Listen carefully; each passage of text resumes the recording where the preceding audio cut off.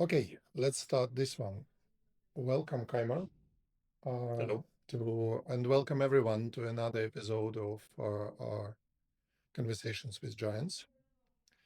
And today, the giant is Kaimar Karu, who is known as the philosopher in ITSM. Um, Well, there was quite a few of us Although in there was IT service quite a management. few Yeah. of you, yes, exactly. The person who is responsible for, by proxy, for many things in ITIL, and the one who introduced the concept of the social lubricants to his DevOps presentation some years ago. Welcome. Very good to have you here finally. Thank you for asking me to join the series. Yes. We start usually Mm-hmm. with a question of how it all started. Mm-hmm. So you are a philosopher by degree. Mm-hmm. You worked in different, let's say, areas, industries. Yep. So when and how did your ITSM journey start? As a practitioner who used the principles of service management and implemented the processes and used the processes, it started when I joined a public sector organization, a payment agency back in Estonia. So I went there to lead the project management team, but eventually I became the deputy CIO. I was looking after quite a few areas, including software development and testing and so on. So we used service management essentially capabilities to design and deliver um, web-based services or digital services to citizens. But that was before I, to be like before I was almost like before I was consciously aware of ITIL as such. And then at one point, I was headhunted um, by a Swedish company who was at that point considering opening or establishing a subsidiary in Estonia to deliver service management training and service management consultancy as well. So beta service management from Sweden, and that's when I like fully and properly entered the world of IT service management.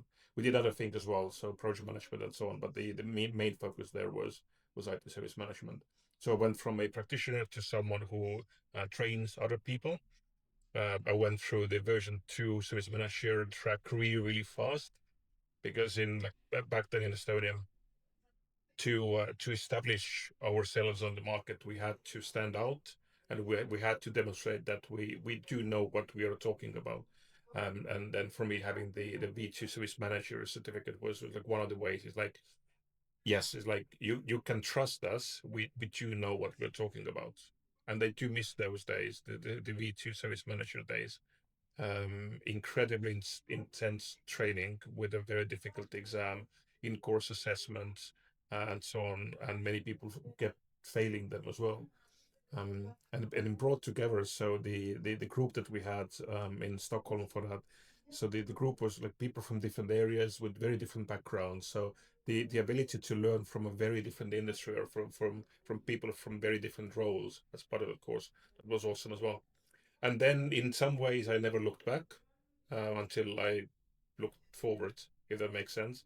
But I stayed in IT service management for quite a few years. I think it's safe to say it's more than 20 years in IT service management. And you also became a founder or co-founder of ITSMF Estonia, or you have become actually ITSMF Estonia. How did it Uh, work? Tell us about that part of your journey. so it was also linked to establishing beta service management on the Estonian market. So again, so not being part of a professional organization like ITSMF and then trying to win over the market was just like that would have been impossible. So business wise, we had to join as an organization, and it was so that's what we did. So the local chapter of ITSMF had been running there for quite a few years. I had been attending their conferences as well. very good practitioner focused, pragmatic. So in that sense, joining the organization as one of the members was like there's a no-brainer. Right? So these are our people talking about things that we care about, and but obviously also people like things we want to promote and sell. So we became a member, and then at one point I started becoming more active in ITSMF Estonia, helping to organize the conference to a point where I became the key person or the main person organizing the conferences for ITSMF Estonia. When I had a pleasure, had a joy of joining some of the itSMF Estonia conferences and even speaking at some of them, I really enjoyed those events. They were they had an amazing lineup of speakers usually, despite sometimes me being there. The food was amazing. The location was very good, and it was really sad to see it finish and to see it being closed. So if it was a living community before or you started organizing that, because I had an impression that when you had to leave, then the community generally faded out as well. As we've seen many times in some local itSMFs, it's really an itSMF is as good as the running team that is behind it. So I had an impression that it was largely dependent on you and then kind of ceased to operate. But if it was live and active before, why did it happen? What can you share about it? So as you said, I would say the similar fate that quite a few local chapters have seen. The the ways people learn and consume content and socialize has changed significantly over time. And it's not to say that conferences have disappeared. Conferences obviously have not disappeared. But there was a point where quite a few ITSMF chapters internationally saw a significant decline in membership and interest. So we had conferences in the Nordics that ran into, let's say, 500 delegates or more, and then suddenly it was 200. For Estonia, I think we peaked at around 250, the largest number of delegates. So it was growing year on year, which was amazing. You mentioned quite a few things which I would like to think were contributing to that fact as well. So we had made a decision to not make it into a profit-driven event in any way. So essentially, we funded the event, so the catering, the venue, everything, the marketing. We funded all of that from the attendance fees, and we kept the attendance fees as low as we could. They were one like the lowest I think in the region, like by a large margin. But that was enough, and also with the help of a few sponsors, that was enough to fund an event that I felt we can be proud of. So a venue that is like central venue with really good service, which means that whenever people have any issues with Wi-Fi or whatever it might be, there are people to help them, and then of course the food as well. The so food was very good. So we didn't want to go for the like meat and potatoes lunch, which would leave everybody kind of in a food coma for the next 2 hours. So we wanted to provide like really high quality food, which also fits with the agenda of the event. So it energizes people rather than making them sleepy. So as long as we were running them, things were going really well. We had lots of people coming back every year. We had lots of international speakers as well. Quite a few very cool names over the years. But by my let's say like my so my leaving Estonia to join Axelos, and the period where the membership numbers for ITSMF chapters locally was dropping. It all happened roughly at the same time, and the management board of ITSMF Estonia, practitioners, senior leaders in various organizations in Estonia, the the effort to keep it all up, in addition to actually doing the jobs, was just a little bit too much. So the chapter continued, but because we stopped arranging conferences at one point, the key mechanism to bring people together disappeared. So we still had various workshops and like experience sharing sessions. So we tried different things, and they all worked really well. But at the same time, the effort it took to organize them and make sure that they are high quality, it was a lot. And as a not even a side job, but like in addition to the main job and all the side jobs, to also have this, it just was too much for people. So it wasn't a decision that we wanted to make, because we had all been contributing a lot to growing and making the local chapter stronger. But at one point, just it wasn't feasible to keep it running, unfortunately. I see. I see. And you mentioned that one of the factors that probably reduced your availability for that initiative was you moving to London and starting your work at Axelos. We will come to that one in a moment. Okay. But before that, another thing that happened roughly at the same time, like normally 2007 is named as the year when it happened, such thing as DevOps emerged. Mm-hmm. And significant part of, let's say, IT professionals, especially those involved in creating new products, were drifting towards this new and shiny thing. Mm-hmm. Did it affect the popularity of ITSMF and ITSM in general in your experience? And you became one of the prominent DevOps speakers and advocates before it actually became a mainstream.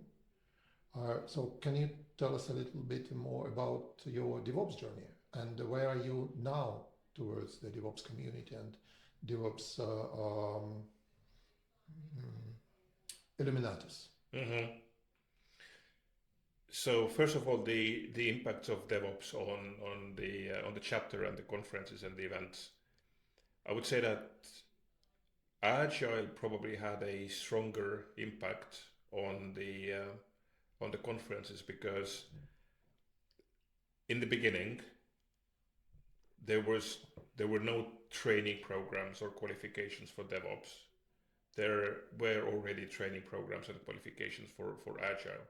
So in large organizations, not just larger, but also in large organizations, all these different training programs compete for the same budget. And ITIL, although it had been through changes, was still seen as relatively kind of the same or same. So it wasn't cool, wasn't new. And lots of people had already been trained in ITIL as well. So they needed something new. And then the community, which was partially the same people that were interested in service management and still were interested in service management, they started looking more at Agile. But as money moves from one corner to another, so do people with it. So it doesn't mean that they forgot or abandoned service management. They kept doing those things. They kept using ITIL in their organizations as well.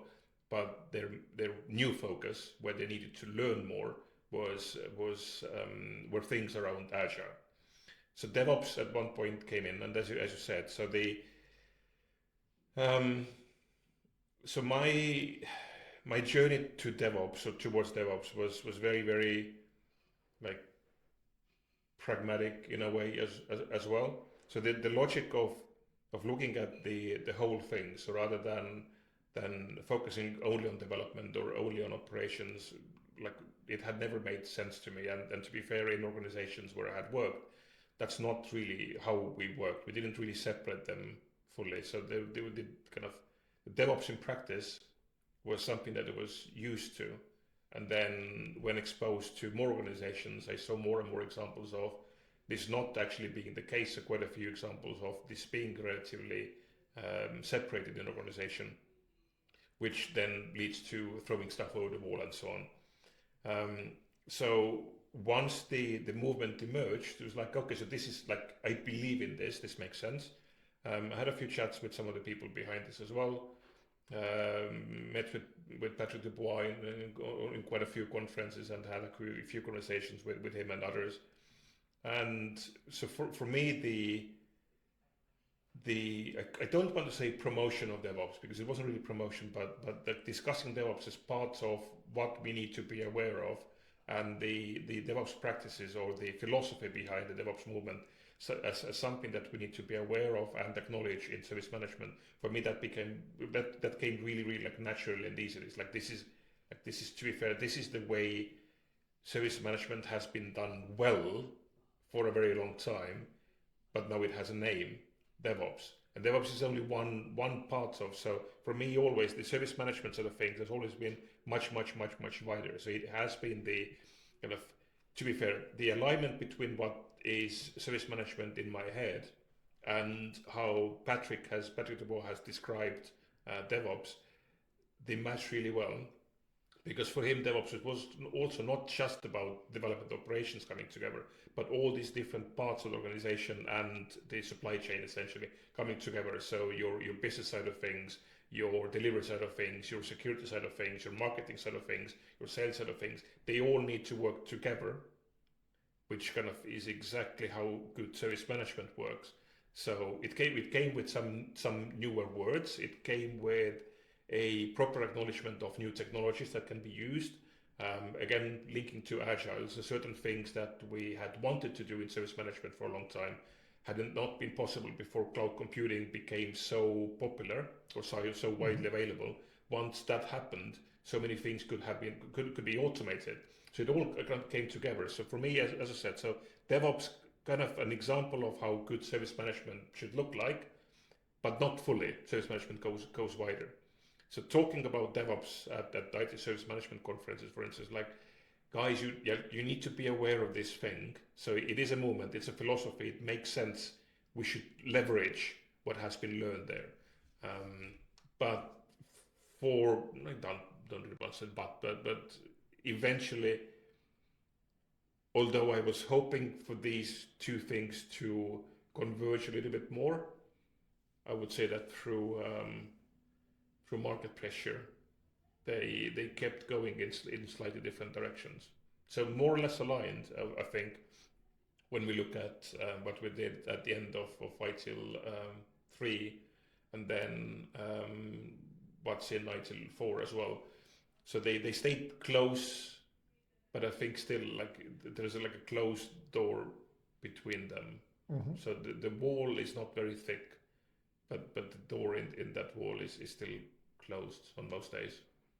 A curtain-ish. Yes. Like an iron curtain, maybe. Okay, so DevOps was emerging, ITIL was changing. There was 2007 version 3 was released, and there was a facelift in 2011.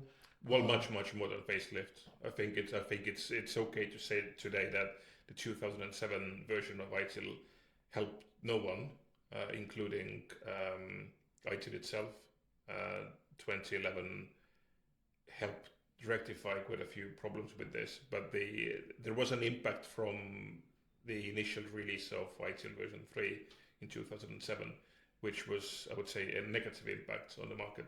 People got confused. So that's not to say that the direction of ITIL 3 was wrong, but the way it suddenly just emerged on the market was very confusing for many players in the service management industry and the practitioners as well. So it took quite a lot of time for people to learn about like why has it changed, why is it now different, what is different, and how many degrees do you need to have to be able to read some of these books in the initial library. So yes, as I said, so 2011 fixed quite a few things, but the impact was quite significant. Again, at the time where DevOps had started emerging, Yep. Agile became more popular. So yeah. And then you had a chance to make it better, because in 2013, Axelos as an organization was formed. and it became a purposefully created custodian of ITIL and Prince and some other bodies of knowledge. And you were invited to join Axelos and to make ITIL great again. Yes. Tell us about that journey, that story, and the practitioner guidance and generally your experience at Axelos. So we can mention ITSMF again with a good word, because the first meeting I had with then the manager of newly created Axelos was at an ITSMF conference in Helsinki. So yes, I was invited to join the team and take on the development and management of ITIL, the framework. Having been critical of quite a few aspects of ITIL at that time. As you just reminded. Yes. Yes. Following the principle of like when there's something to complain, go and fix it. I thought the opportunity to go and try and make it better and try and solve some of this. So I had seen ITIL from a practitioner's point of view, from a trainer's point of view. I saw how enthusiastic people were when they went through the ITIL courses. Exams maybe less so, but exams are stressful for everyone. But the actual at the completion of even the foundation course, people were so energetic. People wanted to go back and do something with this, which leads us to practitioner later on. And then consultants organizations, the way they use service management or ITIL to improve service management, to improve the delivery of digital services. So I saw how valuable it is for the whole industry, or for like essentially everyone. So but the key customers we had back in Estonia, so all the telecoms, all the banks, all the major public sector organizations, any larger commercial organizations, so they were all using ITIL. Some of them because they're Swedish mother companies were using this, or Scandinavian mother companies. Some of them had discovered this locally.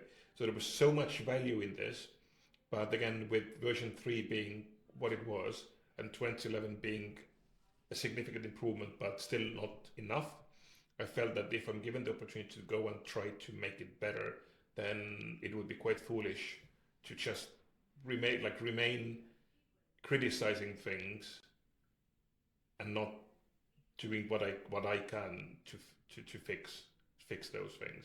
So I joined Axelos. So taking on the development of the ITIL framework, which first of all it's kind of essentially starting with the guiding principle of start where you are, before we even had the guiding principles, to look at what is the current global view of ITIL, what the main challenges are, and what the customers or the users, the consumers of the ITIL guidance, what is it that they're missing the most. So obviously at that time, or by that time, DevOps was already a thing. So there was guidance required around DevOps and how DevOps works with ITIL, because certain very loud voices in the industry said that, well, you can't use Agile and ITIL together, or you can't use Agile and Prince2 together, you can't use ITIL and DevOps together because they're completely opposite, which is completely stupid. But loud. But very, very loud. And to be fair, many of those people had either never opened an ITIL book or had opened an ITIL book 15 years ago, and arguing with their memories from 15 years ago, exactly, rather than with yes, the current state of affairs. Yeah. So there were quite a few voices in the industry that were pragmatic and fair in the criticism, and way more voices that were significantly louder and not fair, because of criticizing like a boogeyman, not the actual framework.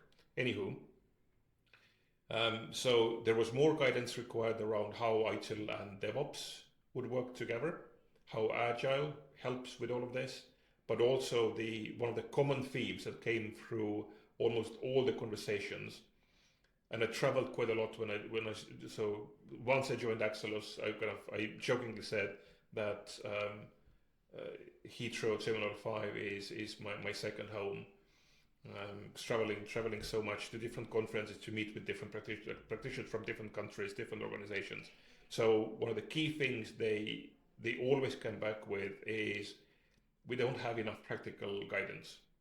So the theoretical guidance in ITIL is it's there, it makes sense, we can use this, but at the practical level, we have to invent so many things ourselves because there's no guidance on like in which direction to go or how to actually do this. So we invent the approaches ourselves. We're not confident that this is the right way of doing things.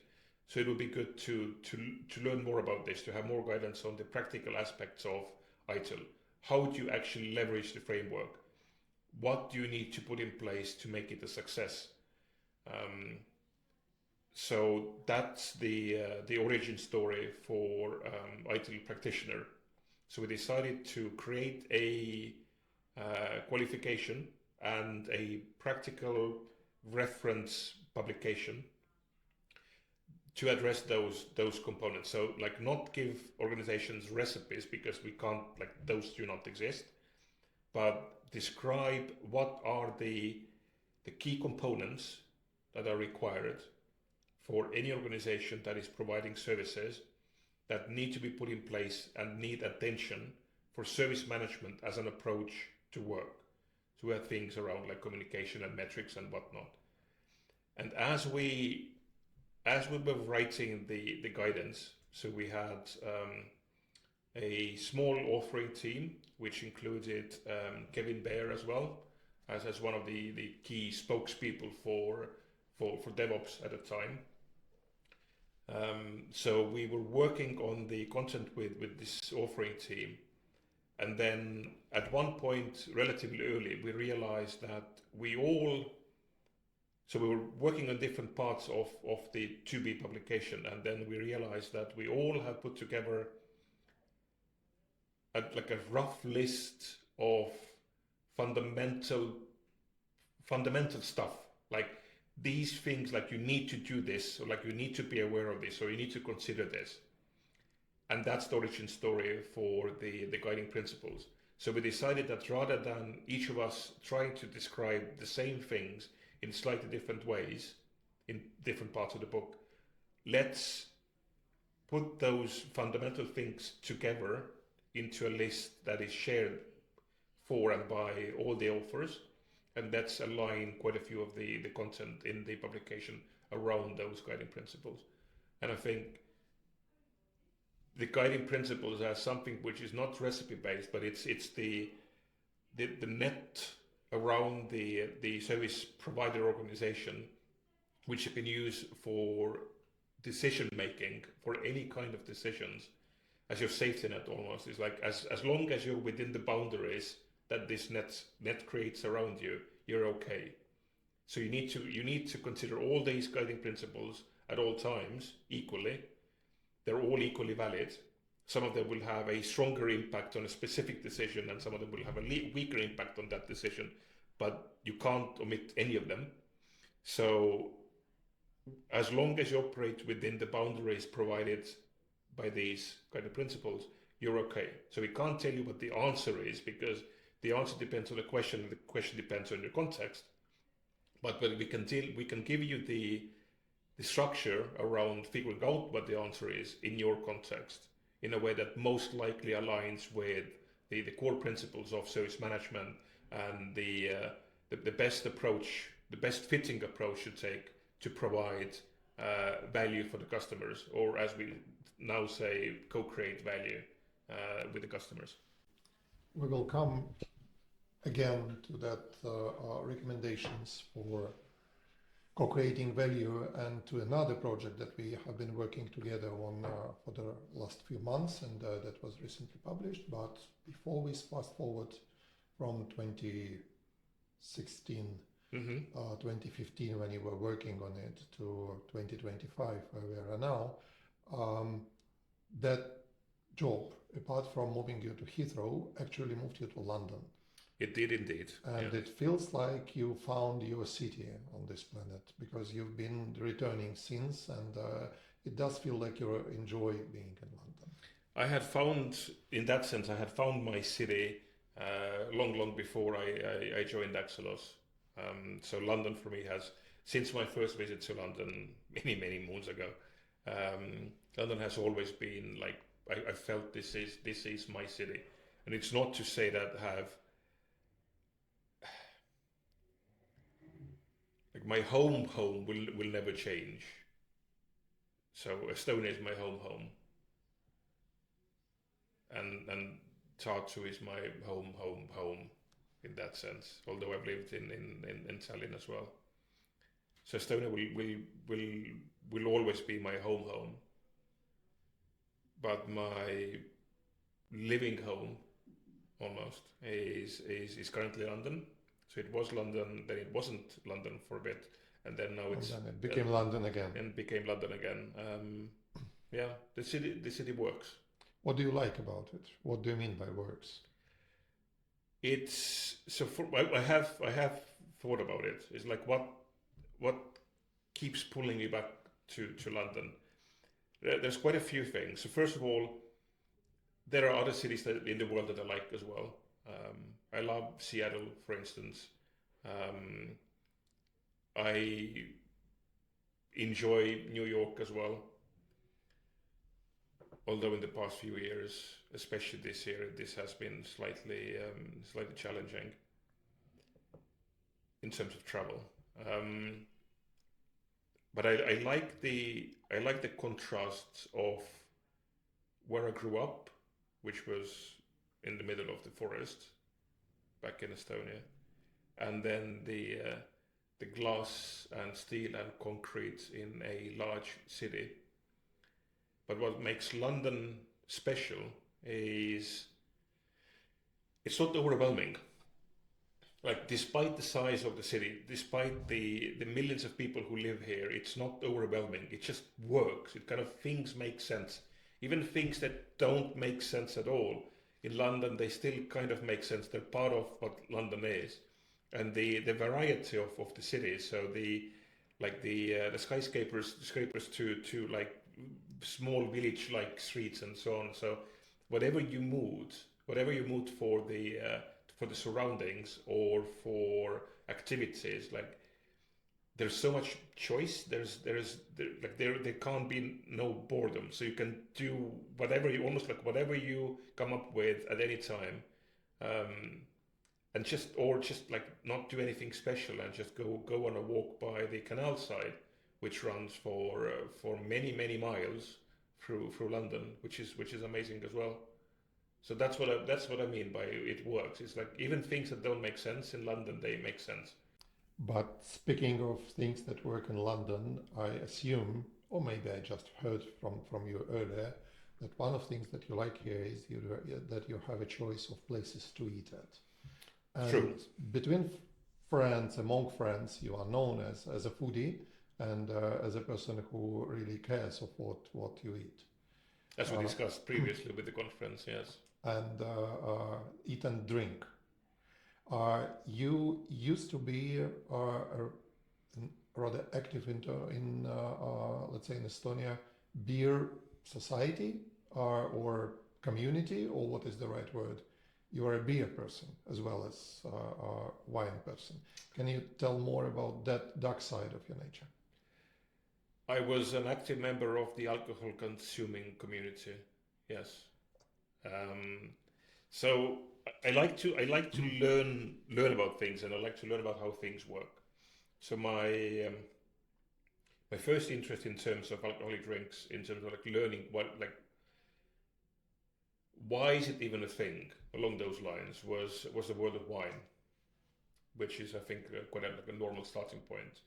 Like why is this like an industry in itself? Like why is wine so different from other types of drinks, or why is there that community around this? And then starting to learn about that wine, the process and everything else, which was very interesting. And then I became friends with quite a few people from the sommelier community in Estonia, who were working in restaurants or bars or resellers. or wholesalers of wine. And every year they ran the sommelier competition for people involved in the wine industry, which of course, like, this is quite cool. And they like training programs and all those things. But at the same time,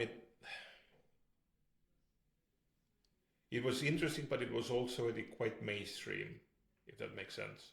So something that was interesting to learn about, something that was interesting to be a part of and to keep learning about, because it's like an endless journey to learn more and more and more. Really cool. But the competitive aspect of this, it felt like that's probably not for me. It's like I have not worked at the bar or in a restaurant like ever. So how can I compete in something which I haven't really done? But the idea kind of stuck with me. It's like I would like to try something like this. And then at one point they started organizing the beer sommelier competition. I was like, okay, so this is a new field. The competition is very, very similar to what they do with wine. So it's the blind tasting and pairing with food and the service as well. But I thought, okay, so this is something where I can kind of start from scratch compared to almost everybody else. Like, beer used to mean lager, which kind of all tasted the same, right? And then we had the craft beer revolution, which brought us so many different types of beer, so many unforgotten types of beer. All the historical it provided context for all the historical beers from Europe as well, like all the Belgian beers, the German beers, and so on. So like it was like a really interesting area, which didn't seem that interesting a few years ago, and suddenly became super interesting because of the history, but also the recent changes. Because the wine industry, although it is changing, and it has changed significantly in the past 20 years, the beer industry has changed even more. So when they announced the beer sommelier competition, I was like, yes, I want to compete in that. Again, with no service experience, and they knew that when I go and compete, I can't make up for things that I lack. So it's like I can't make up like 20 years of not working in a restaurant or in a bar. There's only certain things I can do, and there's certain things I won't be able to do. So I studied a lot. It was amazing in terms of study, because like it's very practical. It's very practical study program, which I did like self-study, which was reading up on the history and the like the beer making styles and so on, but also the drinking of the beer. So like with going out with friends and doing the blind tasting, where they bring me a beer from the bar and I don't know what beer it is. So I have to go through the whole exercise of describing this the way you would do at the competition, and then down to, I think it's like this style from this brewery, this specific beer, and sometimes also the year, because there are some beers which are like vintage beers, so from a specific year, and getting better and better and better at this. It's like, yeah, that's cool. So we had the competition, which was amazing. I was the only non-professional on stage. We had quite a few rounds. I was at one point in the top 4, and then eventually I was the runner-up, so second place in the national beer sommelier competition, without having spent even one day in actual service. It was absolutely amazing. Are you still in the field? In the consumption field, yes. Not in the competing. Not in the competing field. So that was like, I wanted to prove something to myself, and I did it. I achieved as much as was realistically possible to achieve. First place, just without 10+ years in the service industry. Compromise the industry, I'm afraid. That as well, yes. So active in the consumption and learning part of things, but not competing anymore now. Good. So you have a lot to explore in London, I believe, and generally the British beer scene, if you want to. Coming back to the work stuff. Well, trying different beers is also quite intense. So it's coming back to their IT service management and okay. adjacent areas. Fair. You released Practitioner. Mm-hmm. It wasn't a huge commercial success at Mm-hmm. that point. Generally, I think I can sum up the people's feedback, and I think I can relate to that feedback from my past experience those days. It's a great book. It's a very useful guidance. It's nearly impossible to pass exam, which created a very questionable experience for those who attempted it, and generally damaged their original uptake and their reputation of the product, because we enjoyed through the training and then we kind of disappointed by not passing the exam. And those things could be fixed and were kind of were in the process of being fixed. But that was 2016. And in August 2016, you started gathering a team for what eventually has become ITIL 4. You reached out to a few people, and through the fall of 2016, 3 people joined the ITIL team, your team. It was Akshay Anand, Julia Harrison, and also myself. So if you are not really happy with what happened to ITIL since then, Kaimar left the company after about half a year after where we are now. So after all those people joined the team maybe 9 months later. And those who stayed are currently held responsible for ITIL 4. But the true, the root cause, as some people like to say, although I know you don't like the idea of a single root cause existence, and in this case I believe it wasn't a single root cause. But the one who invited us was you. And then relatively soon you left, and we started actually working on ITIL 4 already without you, and we tried incorporating as much as possible of the practitioner guidance into what became ITIL 4 Foundation. The idea of the guiding principles, we reduced the number from 9 to 7, but we didn't lose the essence, we believe, and many other things that were not possible to put into ITIL 3 without a major update, became part of the major update, which happened, 6 years ago. Soon, it's a long time ago. Soon 7. Yeah, feels like much longer. So you left Axelos, and you joined the Estonian government as a minister, with maybe a short break between, but generally it was the next career step. And I have a question. Usually I ask it at the very end of this conversation from another person who is part of this series. And this time it's Mark Smalley. Okay. Who sent me the next question for you, and I think I will ask it now. Okay. Fair enough. So the question is, from your experience as a government minister, what did you learn, or what was the takeaway, or something that you learned there that you have been applying in your following professional journey as a consultant or as a service manager, as a product manager? So what did you learn from that months in the government that you added to your portfolio of useful tools, techniques, lessons that you've been using since? To be fair, quite a lot. So the government position was very intense. So it was. So I became the Minister of IT and Foreign Trade in Estonia. In one, I had significant experience, I believe. In the other, I had theoretical experience of how things work in foreign trade. So my learning in the role had to be very quick, and I would say that I never stopped learning very intense. Like in any role, like if it's a good role, you keep learning throughout the role. But in terms of the intensity, I think it was the most intense learning period in my life that I remember.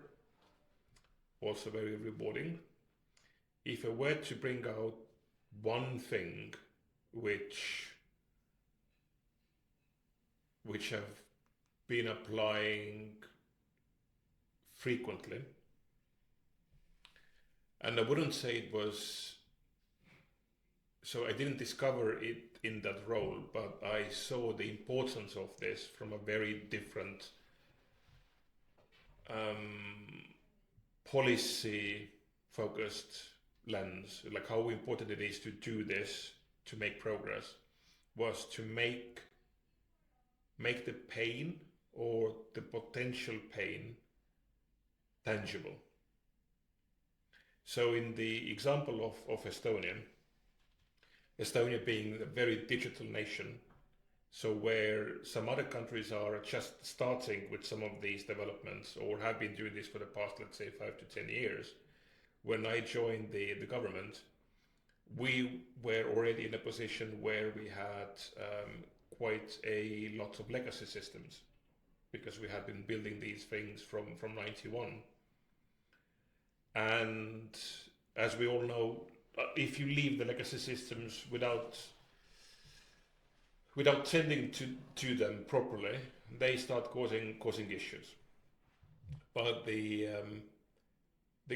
countrywide landscape of various IT systems is huge. It's very complicated. It is very dependency heavy, and it's a bit like eating the elephant of like, where do you start? And throughout the years, getting political backing to do something significant about this had always been a struggle, because improving things that currently work, that's the perception, at the very high cost, which is the reality behind the scenes, the interest in focusing on those is a bit low, because that won't lead to too many headlines. Is Minister XYZ kept the service running is not really a headline, right? Minister XYZ launched a new service, sure, maybe, usually yes, short-lived, but it works. Kept it running, no attention, so no actual attention goes there. But there is another third type of announcement that could happen, and that has obviously happened, because with any type of a service, every once in a while something goes wrong.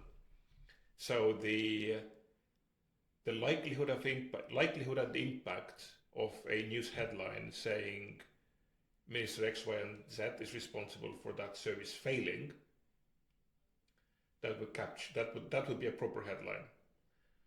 So in terms of making pain more tangible, we described the potential impact of not dealing with certain legacy systems on time, also through the lens of what is the potential impact of a potential failure with that service or system for the politicians who are currently in a ministerial position, responsible or essentially accountable for that service. That helped a lot. Right? So no minister wants to be in the headlines with, I don't know, their child support payments were not paid out, or pensions were not paid out, or there was some sort of a leak in medical data, or something happened with financial data, or whatever it might be. So no minister wants that. So it helped illustrate the potential negative impact, where positive impact was already like so common. So the positive impact is like a daily thing that we consume. Everybody's already used to the positive impact. So making the potential pain more tangible was very helpful to get the ministers to actually agree to look at this, to prioritize this work, and kick off in that sense, a transformation, but looking at the legacy systems, prioritizing the ones that should be fixed first or amended first to avoid these embarrassing headlines. So we had a plan, and then COVID hit. And then nice plans of not dealing with fires had to be put on hold until we actually deal with all the fires that were started during the COVID time. Let's move to another type of newspaper or news titles that are currently in the news, and it would be interesting to hear what you generally think of it. So our life is going to be changed dramatically by yesterday by the wide and careless adoption of AI. Let's all do AI full steam on, or just don't do it at all, because the fear of missing out in the business community, like everyone is doing AI, why we are not? And similarly, it feels in some government organizations across the globe. It's really overwhelming. So, bifold question. Generally, what do you think of this new era of AI, and where are we all going with it? Second, more specific question. We have been working recently together on a recently published paper on AI governance, and I think you can basically answer this in one go if you want.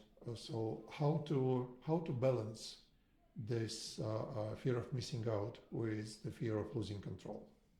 How to benefit from having the genie and not to have the genie kill you? So let me start with a more generic statement and then dig slightly deeper into this. So first of all, I think based on where we are with AI, or what we consider to be AI, which is mostly pattern recognition and automation.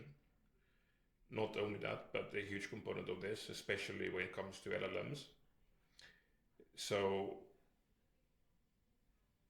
it is not impossible that a different scenario would play out. Currently, I think most plausible. So if things were to go really, really badly, it won't be AI that kills us off as species. It will be us as species killing ourselves with the help of AI. And in that context, AI is a tool or a mechanism like any other. It could be compared to nuclear bombs, potentially. But that's like the negative outcome of using AI. Nuclear energy in general, and then you can do a bomb, or you can do a power station, exactly. or you can turn a power station into a bomb if you don't do it properly. Yep. And it's not the nuclear energy that kills people, it's people who use that energy, yep, or the way of creating energy.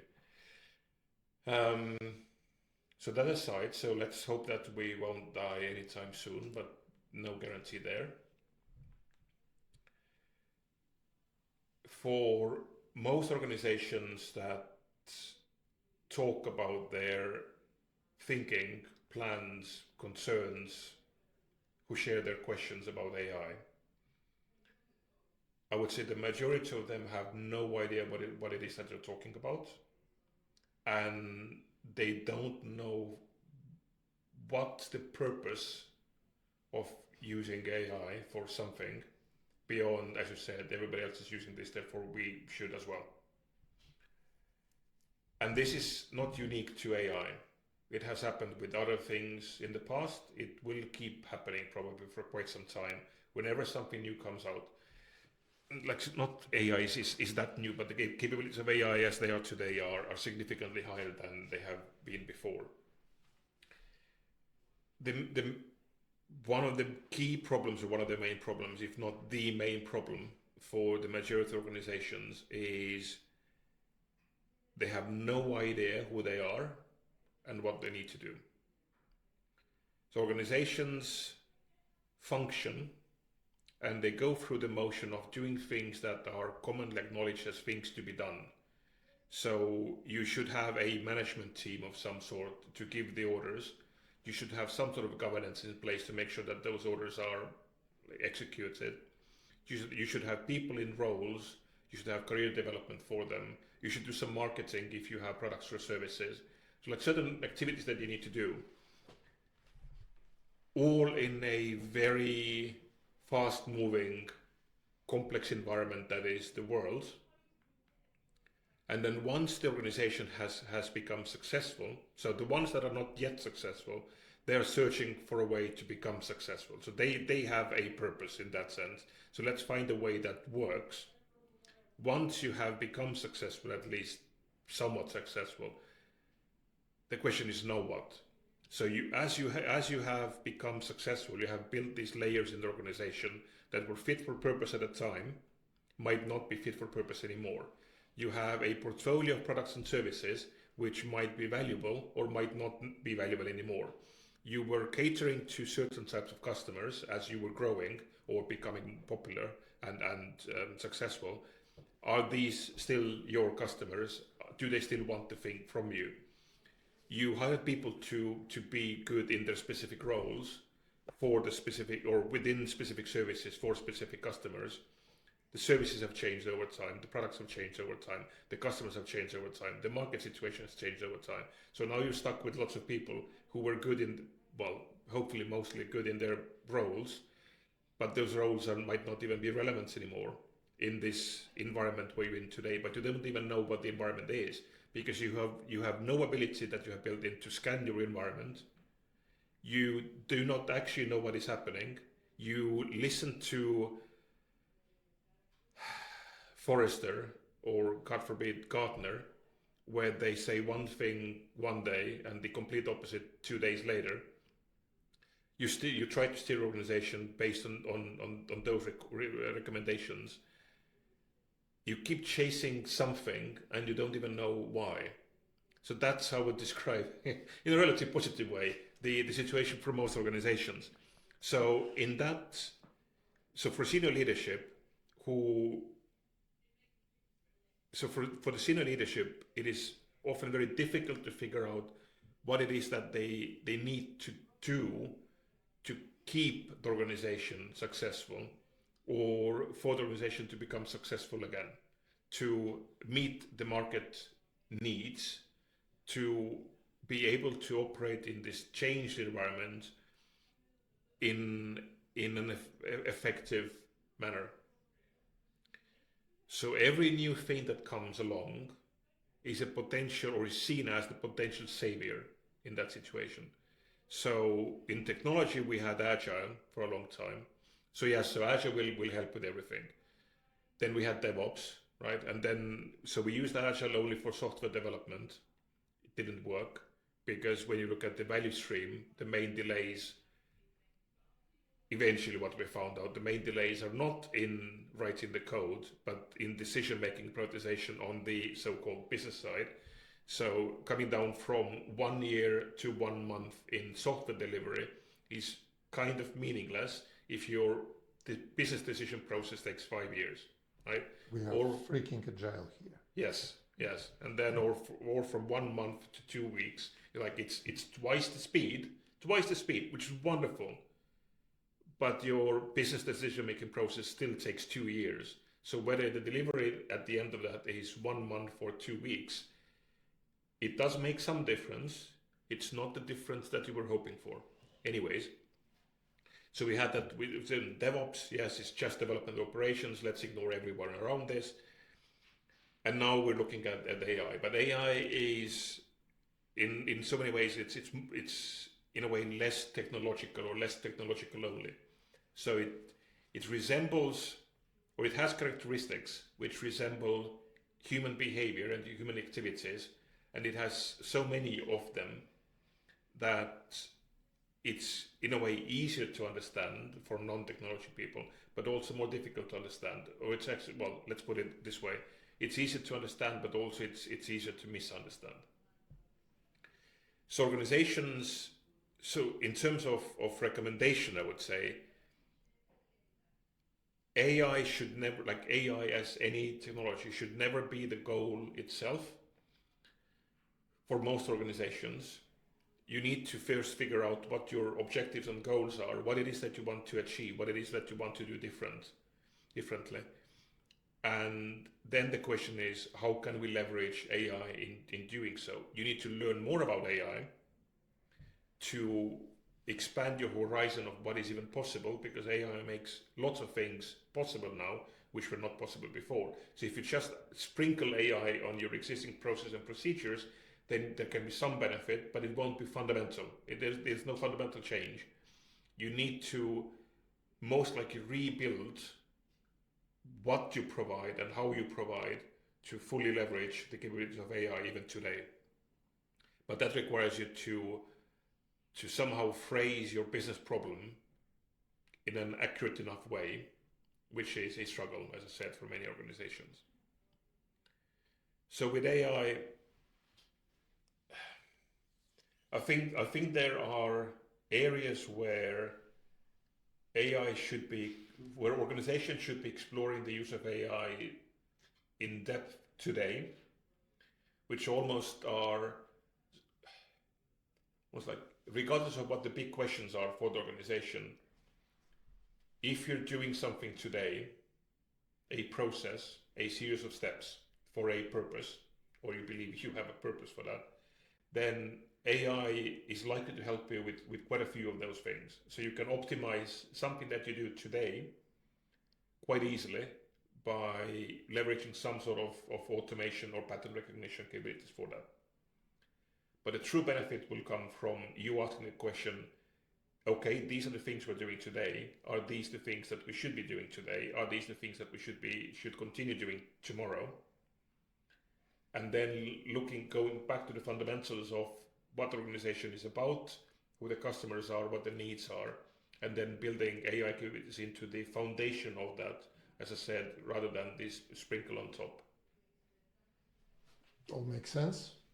Sounds easier than when you try doing it. It's easier, so it's not easy, but it's easier when organizations stop wasting time on chasing the shiny thing without understanding why they need this, like fundamentally why they need this. You mean focusing on value? Yes.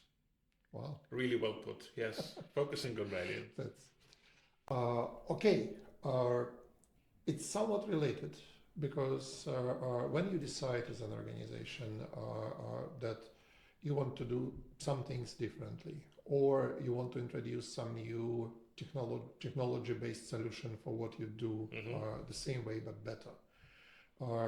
Mark Smalley defined our digital transformation as doing significantly different things, or doing things significantly differently using technology in ways that would not be possible without the use of technology. And that brings us to sometimes the need of rather significant transformation of the way we work or the way we use technology, including AI or not.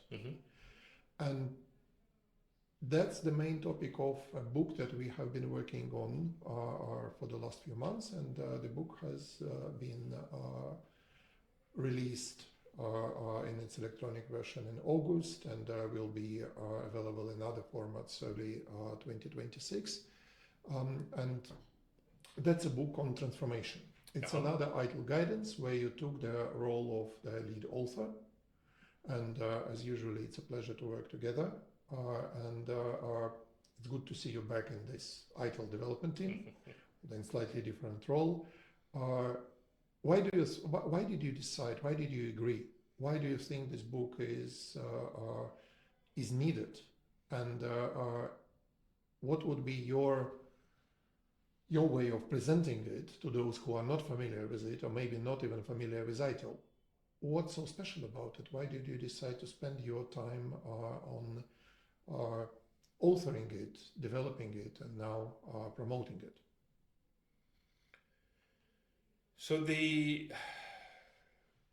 initial idea, or the way the potential new publication was first described, was to address the question. So in a way, one step back. Before we decided to develop ITIL Practitioner for ITIL version 3, back in 2014, let's say. Yes. Yeah. As I said, that we spoke with many organizations to figure out what it is that they're struggling with the most and what kind of guidance they need the most.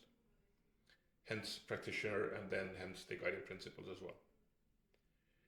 The way the idea for this new book was first pitched to me was a combination of implementation and practical application of ITIL. But the implementation not in the sense of implementing ITIL fully in the organization, so all the practices with all the roles, so that should not be done like ever. Or even considered. Even considered, yes, that would be a really bad thing to even think about. But the organizations using ITIL, the ITIL guidance for service management and beyond, they do struggle with where do we start? How do we actually run the introduction of ITIL capabilities or service management capabilities in the organization? What are the things that need to be in place to support this, and so on and so on? So relatively similar to what the starting point was for practitioner, but perhaps like a layer above all of that. So slightly more of the steering, slightly more of the directing of things, but still in a practical way. So that was a starting point. And introducing ITIL concepts in an organization who hasn't been using ITIL before for service management, or changing the organization into a service organization, they are significant changes. And I must admit, I have never liked the word transformation in this context. I don't like the phrase digital transformation, although kind of this is what I help organizations with. I don't like the word transformation because for many, it means moving from A to B. So from one state to another, and then you're done. Sometimes you are, but not in a way you wanted to. Yes, true. If it goes really badly, then you are done. Yes. So for the organization to be successful now and in the future, it's almost like a continual transformation, but it's not changing everything fully all the time. It's about the ability to keep adjusting based on the changing environment, the changing context, changing customer needs, changing technological capabilities, all of those things. So, and that thinking went into the publication as well. So it's not just about getting an organization from A to B, although it helps significantly to increase the chance of success for such a move. So this is how we are today. Based on our understanding of the reality, we need to be different in a year's time, 2 years' time, 3 years' time. How to actually take that journey in a successful way, the publication helps with this.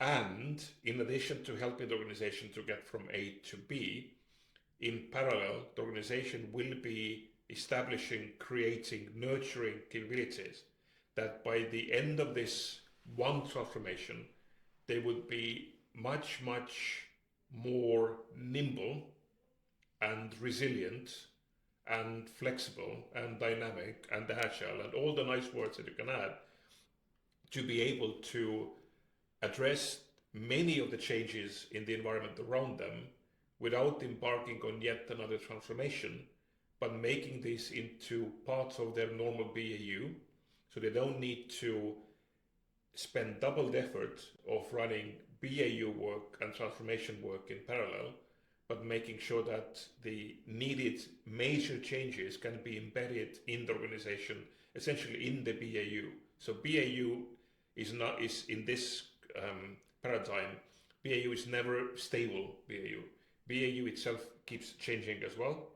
And if you can put the known activities together with the not yet known activities or new activities and run transformation in parallel to BAU, then you are much better prepared for whatever the change might be.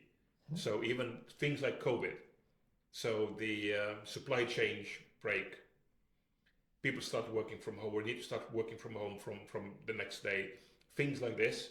So how to be able to react to that rapidly. If something like this happens, then it's too late to start thinking about digital transformation. So if people need to start working from home and you haven't really enabled something like this before, then you can't do this in one day, or in 1 week, or in 1 month. You can probably do it in 1 month, but in a really insecure way or unsecure way, which means that your data will be stolen and you probably will be done, right? So how to create these capabilities in a way that you can address whatever the change hits you in the future with a significantly higher chance of success. Okay, let's see if it works, and really curious to see how it will be adopted and whether it will actually help. We have high hopes about this publication, but we are slightly biased. I have a couple of final questions to you, which I try asking everyone we have these conversations with. One about your lessons that you've learned or sources of wisdom, or 5 people who influenced you most in your life, etc. And the other one is about some word of wisdom for those who will come after. So I will phrase the first one this time this way. If we are not talking about persons, about people, if we are talking about books or schools or frameworks, let's assume you have a library of things that you've learned and that keep helping you. Maybe from this professional area, maybe from something else. What would we find? What do we find on that bookshelf? What would you, in your imagination, probably or maybe literally, put there as something that you've learned from, that have shaped the way you think professionally, and maybe not only professionally? 2, 3 titles or names or whatever you want to put there. Can be anything. In terms, I would probably go for themes.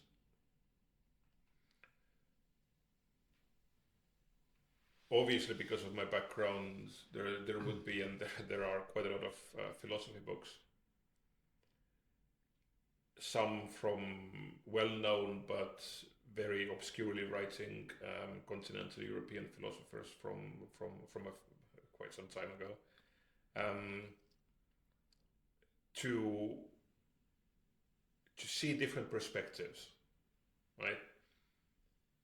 So on some of the core questions people as the humanity, as species, and some of the core questions, there's not too many questions that have a relatively stable or widely accepted answer. You have different options or different types of answers. And learning about why a certain answer would work better or worse, or would be more correct or less correct, and comparing these viewpoints and comparing where people came from when they ended up with that conclusion. I think that's quite useful. So I keep doing that, and there would be quite a few books in my library to help with this. The second one, so philosophy, you don't need to agree with the author, but it's useful to know what different viewpoints could exist and do exist to be better informed about the possibilities of the universe. The second one, more closely perhaps related to the work that I do on a daily basis, are various books on design. So user-centered design and design of objects, design of services, to look at what you do, not just through the lens of you doing this, but the receiver of the work that you do, understanding how to better understand what the recipient needs, wants, and what they will actually get, and to become more conscious in that thinking. So not just doing, but also trying to figure out what the potential impact might be, and then different mechanisms for doing that. And then the third one, I would name two authors. One represents a category in itself. So there are other authors like in the same genre, but no one like them. And the other one is more representative of a genre, so there are other authors like them. So moving away from work, more into looking at the world slightly wider, but also not getting stuck on like technical books all the time. So first author I want to mention is Stephen King. I somehow assumed that. Yeah. So he's most well known for his horror books, but not only. He has a great book on writing as well, which I believe is actually called On Writing. And I don't think there's any author in that genre that would be comparable to him. And he might be one of the few people in the world that actually writes books faster than Mark Smalley does. I wouldn't be that sure. But So potentially. Same league. And the other author who is representative of a genre is John Grisham. So legal thrillers, because every once in a while you need to kind of you need to switch off your brain from work and read some fiction as well. And John Grisham, I think, is a good author, and there are other authors in the same genre, which for me just works. It's when I like it is with Stephen King. So you read the book, and in your head it becomes a movie. Mm-hmm. So Grisham is one of those authors where the writing is good enough to become a movie in your head. And then you see the actual movie, and they have done everything completely wrong. Yes, unfortunately. Although some of the earlier movies from like made based on John Grisham's books have not been too bad. I think they're classics now. So not the same level of mastery, I would say, than compared to Stephen King, because it's not just a movie. It's like it's a whole universe that you create in your head when you read King's books. But Grisham is also good. So, or any in that sense, any kind of fiction, because I think just stepping out of professional reading is useful every once in a while. Thank you. And the final question are for people who consider joining this, let's say, digital management industry, whether under the flag of DevOps or service management or product management or project management, young professionals working in technology. What would you advise? What would you recommend those who join this industry today for them to be, I don't know, happy, successful in this job, finding themselves in it and remaining relevant in a relatively long term? Not that long ago, we had lots of people in the industry who were saying, if you learn something, if you think about a career in technology, then become a developer, become a software developer.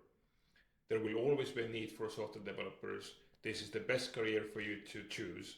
This is guaranteed for many, many years. Like, just do this, software development, excellent. Well, those people who joined in time and are currently senior software developers will be demanded for quite a long time. True. But the people who, so in the context of AI agents and what we can do with LLMs today, and well, vibe coding is a different topic. Becoming a junior software development today is not a particularly popular idea. No, but that can happen with like any recommendation along these lines.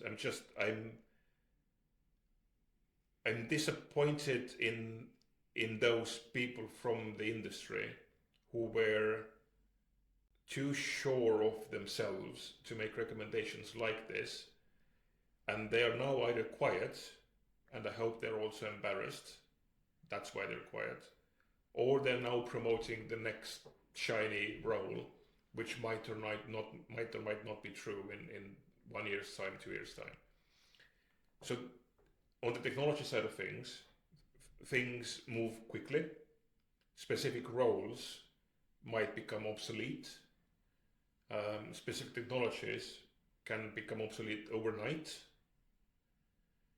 I think the ability to do programming, so software development, so like learning a programming language like Python, for instance, would be useful regardless of the capabilities of any of the LLMs, because it's useful to know how things work.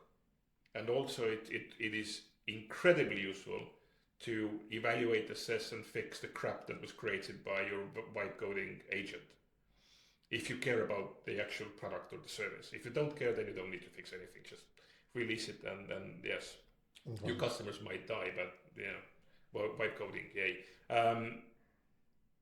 What is unlikely to change anytime soon is the ability to put yourself in someone else's shoes to understand again. So going back to the user-centered design and all these things, so being able to understand people's needs, and in the technology world being able to figure out what would be the best fitting solution for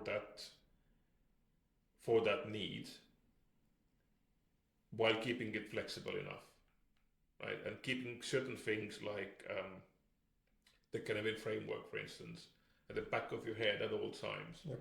So you assess the skills to assess the situation, to assess the needs of your partners, the ability to assess the ever-changing technology landscape, to find the best fitting solutions without getting kind of stuck with those only. I think skills like this. So to sum it up, philosophy, design, empathy, curiosity, and a bit of fiction. Yes, I think that's good enough, yes. Great. Thank you. It's been a pleasure. Thank you. And looking forward to the next project, whatever it will be. Whatever it will be. Thank you very much. Thank you.